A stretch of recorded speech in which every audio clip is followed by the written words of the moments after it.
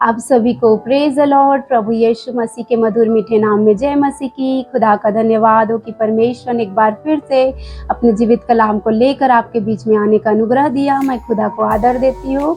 जब आज हम वचन में देखते तो परमेश्वर के वचन में जब हम जाते हैं तो रोमियो 8 का 31 वचन क्या कहता है हम देखते हैं। अतः हम इन बातों के विषय में क्या कहें, यदि परमेश्वर हमारी ओर है तो हमारा विरोधी कौन हो सकता है। आज परमेश्वर का वचन कह रहा है कि यदि परमेश्वर आपकी ओर है, मेरी ओर है, तो हमारा विरोधी कौन हो सकता है। क्योंकि परमेश्वर जिसके भी साथ है तो उस व्यक्ति को, आपको, मुझको, जब परमेश्वर हमारी ओर है तो हमारा विरोधी, हमारा दुश्मन कौन हो सकता है। क्योंकि परमेश्वर यहोवा भयंकर वीर योद्धा है और वो जब आपके साथ है तो आप किसी भी युद्ध को हार नहीं सकते। क्योंकि जब परमेश्वर आपके संग है तो आपकी हर एक लड़ाई में परमेश्वर आपके संग होगा, आपके साथ होगा, आपकी अगुवाई करेगा, आपको बताएगा कि आप कैसे उस युद्ध को जीत सकते हो। तो सबके जीवन का युद्ध अलग है कि कोई बीमारी से लड़ रहा है, कोई रोग से लड़ रहा है, कोई समस्या से, कोई कर्ज से, कोई नशे से, कोई पाप से, कोई बुराई से। कई प्रकार के दुश्मन हो सकते हैं आपके, कई प्रकार के आपके विरोधी हो सकते हैं आपके। कोई मनुष्यों के द्वारा, किसी मनुष्य के द्वारा आपके ऊपर विरोध किया जा रहा है, आपको सताया जा रहा है, आपको मारा जा रहा है, आपके ऊपर दोष लगाया जा रहा है। तो जब परमेश्वर आपके साथ है मेरे प्रियो, तो आपका विरोधी कौन हो सकता है। परमेश्वर आपके विरोधियों का जवाब देता है। और आगे हम जब देखते हैं वचन में, जिसने अपने निज पुत्र को न रख छोड़ा परंतु उसे हम सब के लिए दे दिया, वह उसके साथ हमें और सब कुछ क्यों ना देगा। यहाँ पे जिसने अपने निज पुत्र को अपने लिए नहीं रख छोड़ा, वो आपको क्या कुछ नहीं देगा। जो परमेश्वर अपने इकलौते बेटे यीशु मसीह को आपके और मेरे लिए, मानव जाति के लिए कलवरी के क्रूस पर दर्दनाक मृत्यु को सहने के लिए, ताकि आप और मैं, संसार के लोग उद्धार पाए, चंगाई पाए, छुटकारा पाए, आजादी को पाए, पाप से, श्राप से छुटकारे को पाए और अनंत काल का जीवन पाए, इस पृथ्वी पर आशीष को पाए। उसके लिए परमेश्वर ने अपने इकलौते बेटे यीशु मसीह को इस पृथ्वी पर भेजकर कुर्बानी दिया, ताकि उसके लहू बहाने से आपका उद्धार हो जाए, उसके कोड़े खाने से आप चंगे हो जाओ। तो यीशु मसीह ने जो दर्दनाक मृत्यु को सहा, वो मानव जाति के लिए था, वो आपके मेरे लिए था मेरे प्रियो। तो जो परमेश्वर अपने लिए अपने इकलौते बेटे को भी नहीं रखा, अपने लिए, आपके और मेरे लिए दे दिया बलिदान होने के लिए, तो वो परमेश्वर आपको क्या कुछ नहीं देगा। वो आपकी जरूरतों को जानता है, आपकी आवश्यकताओं को जानता है। आप कौन सी चिंताओं में, कौन सी समस्याओं में, आपके जीवन में क्या जरूरत है, आपको शांति की जरूरत है, आपको आनंद की जरूरत है, आपके जीवन में कैसी समस्याएं हैं, वो सब कुछ जानता है। क्योंकि परमेश्वर की दृष्टि आपके ऊपर बनी हुई है।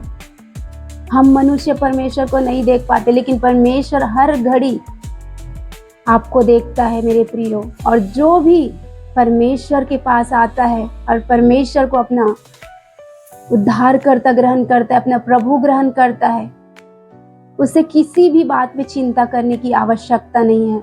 क्योंकि परमेश्वर ने कहा है, अपनी सारी चिंता मेरे हाथ में डाल दे, यहोवा के हाथ में डाल दो। आप अपनी सारी चिंताओं को प्रभु यीशु मसीह के हाथ में डाल के देखो मेरे प्रियो। परमेश्वर आपकी लड़ाई को अपनी लड़ाई बनाकर आपकी युद्ध को लड़ेगा। जब यहोशापात के ऊपर चढ़ाई हुआ उनके दुश्मनों के द्वारा, तो यहोशापात के पास एक आवाज आया परमेश्वर की ओर से कि हे यहोशापात, मत डर, ये लड़ाई तुम्हारी नहीं मेरी है। उस टाइम में यहोशापात को परमेश्वर की ओर से आवाज आया कि तुम अपने लोगों के साथ आराधना करो। और जब यहोशापात ने ऐसा किया अपने लोगों के साथ परमेश्वर की स्तुति किया, आराधना किया, प्रार्थना करने लग गया, आराधना में भिड़ गया वो, तो सचमुच में परमेश्वर ने जैसे कहा था कि ये लड़ाई तुम्हारी नहीं, ये युद्ध तुम्हारा नहीं, ये संग्राम तुम्हारा नहीं, मेरा है, तो वैसे ही परमेश्वर ने उसे उसके दुश्मनों पर जय दिया। उसके दुश्मनों को परमेश्वर ने मार गिराया, हरा दिया, नाश कर दिया। वैसे आज परमेश्वर आपसे भी कह रहा है मेरे प्रियो, इस वचन के द्वारा परमेश्वर कह रहा है, यदि परमेश्वर आपकी ओर है तो आपका विरोधी कौन हो सकता है? यदि परमेश्वर आपकी ओर है तो आपका विरोधी, आपका दुश्मन कौन हो सकता है?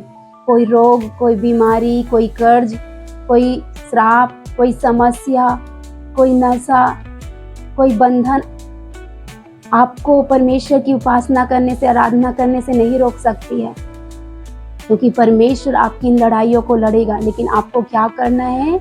यहोशापात के समान आपको परमेश्वर की आराधना करना है, आपकी स्तुति करना है। इन हालातों में जब आप विपरीत परिस्थितियों में होते हो तो उन विपरीत परिस्थितियों में परमेश्वर का भय मानना है, परमेश्वर की इच्छा के अनुसार आपको कामों को करना है, आत्मिक कामों को करना है, क्योंकि आपकी लड़ाई किसी मांस और लहू से नहीं है, किसी मनुष्यों से नहीं। आपकी लड़ाई उन दुष्टता की शक्तियों से, उन अंधकार की ताकतों से है। तो उन अंधकार की ताकतों से, उन समस्याओं से आप परमेश्वर के वचन के अनुसार जब आप अपने जीवन को जिएंगे, परमेश्वर की इच्छा के अनुसार आप प्रार्थनाओं में बने रहेंगे, आराधना करेंगे, परमेश्वर को धन्यवाद करेंगे, परमेश्वर के वचन को पढ़ेंगे।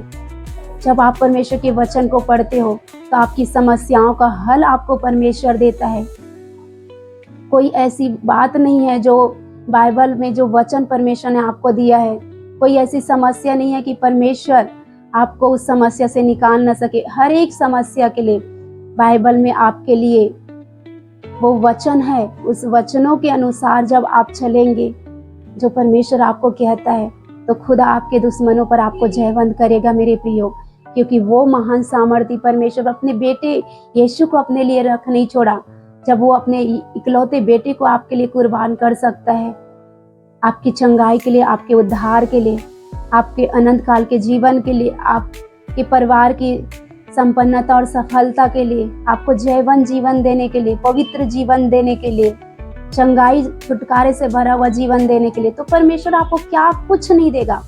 परमेश्वर सब कुछ आपको देगा मेरे प्रियो। इस संसार में आपकी जरूरत, आवश्यकता को जानता है, और जो भी आप परमेश्वर से मांगेंगे, यीशु मसीह के नाम से जो कुछ भी आप परमेश्वर से मांगेंगे, परमेश्वर पिता आपको देगा, जरूर देगा, क्योंकि परमेश्वर के पास अपरंपार आशीष है आपके लिए मेरे प्रियो। परमेश्वर ने आपके लिए स्वर्गीय हेवन को खोलकर अपरंपार आशीष की वर्षा करने का वायदा किया है।